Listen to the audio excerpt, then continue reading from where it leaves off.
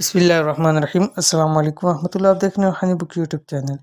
माह रमज़ान के पहले अशरे का ख़ासुल ख़ास अमल कि इस अमल को करने के बाद अल्लाह ताला से जो भी मांगोगे अल्लाह ताला अता फरमाएंगे।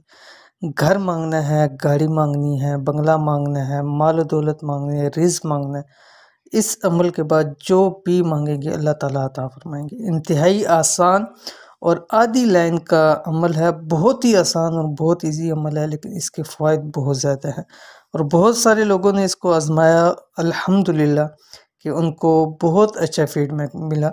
और पिछले रमज़ान भी हमने ये अमल दिया था बहुत सारे लोगों को, तो बहुत अच्छा फीडबैक मिला। इसीलिए इस रमज़ान मुबारक के पहले अशरे दोबारा इस अमल को शेयर किया जा रहा है।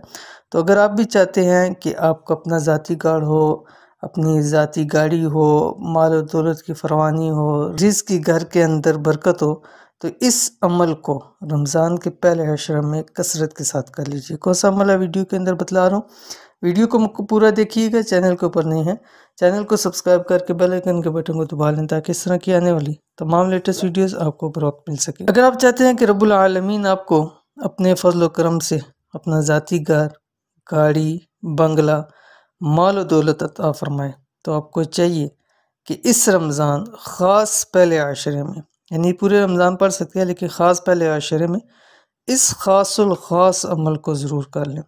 आपके पढ़ने में देर हो सकती है, उस ज़ात के देने में नहीं। यानी इंसान पढ़ने में, अब बहुत सारे लोग होंगे कि इंशाल्लाह पढ़ेंगे और अल्लाह ताला बहुत उनको अता फरमाएगा, तो उनके दिल में एक हसरत है कि हमने पिछले रमज़ानों में इस अमल को क्यों नहीं किया। तो इंतहाई आसान अमल है। क्या है कि दिन भर 11 तस्बीह आपने इसकी पढ़नी है, ठीक है। किसी भी वक्त पढ़ सकते हैं, एक एक तस्बीह करके पढ़ लें।